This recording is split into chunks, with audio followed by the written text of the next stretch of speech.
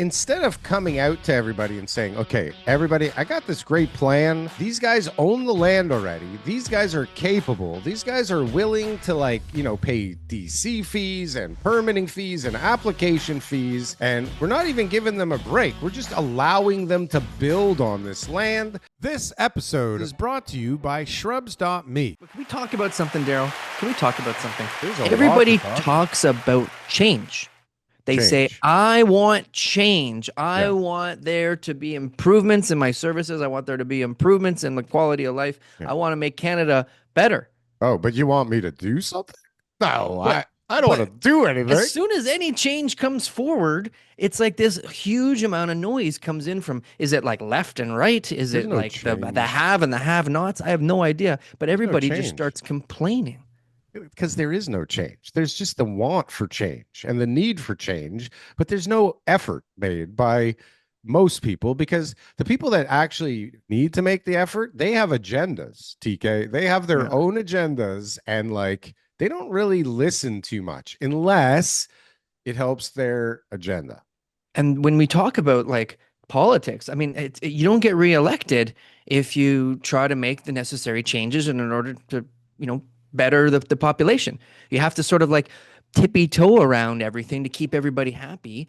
Otherwise, you don't get elected again, which means you can't actually do what you're trying to do in the first place. So you try to do some things, quietly and try to figure out how to actually make everybody's lives a little bit better without them noticing, and then you get caught. Well, but this is the thing. Instead of coming out to everybody and saying, okay, everybody, I got this great plan. These guys own the land already. These guys are capable. These guys are willing to, like, pay DC fees and permitting fees and application fees. And we're not even giving them a break. We're just allowing them to build on this land. It's going to help prices come down. There's going to be, anyways, the whole narrative, all the narratives, they're all bullshit, because clearly we have enough stock. We don't need any more stock right now. We're probably not going to need enough stock for years, TK. But Darryl, remember, Canada will become the 51st state. And we're going to talk about that later in the show. But I don't know how that helps anything. Based on everything that is being presented right now, Canada will become the 51st state. But let's figure out first what we can do to help our friend Dougie here. Okay. Well, I don't think Dougie's on board with that idea at all. Doesn't he hate Trump? Well, we'll talk about it in We're going to talk about that in due time. Okay. Yeah. Well, there is plenty of stuff going on with real estate, and we got more mortgage fraud on the menu. We've actually got increased sales volume, like September sales, we doubled from last year.